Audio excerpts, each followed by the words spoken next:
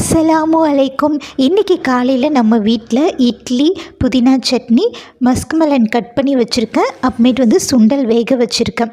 நம்ம காலையில் எடுத்துக்கிற உணவு ரொம்ப ஹெல்த்தியாக இருந்தால் ரொம்ப நல்லது.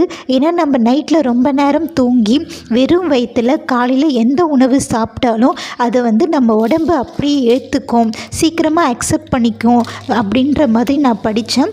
அதனால நம்ம காலையில் எடுத்துக்கிற உணவை ரொம்ப ஹெல்த்தியாகவும் நிறையவும் எடுத்துக்கணுங்க. அப்போது உடம்புக்கு ரொம்ப ரொம்ப நல்லது. சாப்பிட்டுலாம் முடிச்சுட்டு கருப்பு கவுனி அரிசி, சிவப்பரிசி 1/2 kg வாங்கி வச்சுருந்தேன். ரெண்டுமே அதை வாஷ் பண்ணிவிட்டு மாடியில் காய வச்சுட்டு கூட தனியாகவும் காய வச்சுட்டு வந்துட்டேங்க. அப்புறமேட்டு கீழே மாப்லாம் போட்டு முடிச்சுட்டு மதியம் என்ன லஞ்சு பார்த்துடலாமா? தக்காளி ரசம், சோறு, அப்புறமேட்டு பீட்ரூட் பொரியல். கொஞ்சமாக சோறு, நிறைய பொரியல் வச்சு சாப்பிட்ணும். மறக்காமல் சப்ஸ்கிரைப் பண்ணுங்கள். பாய்.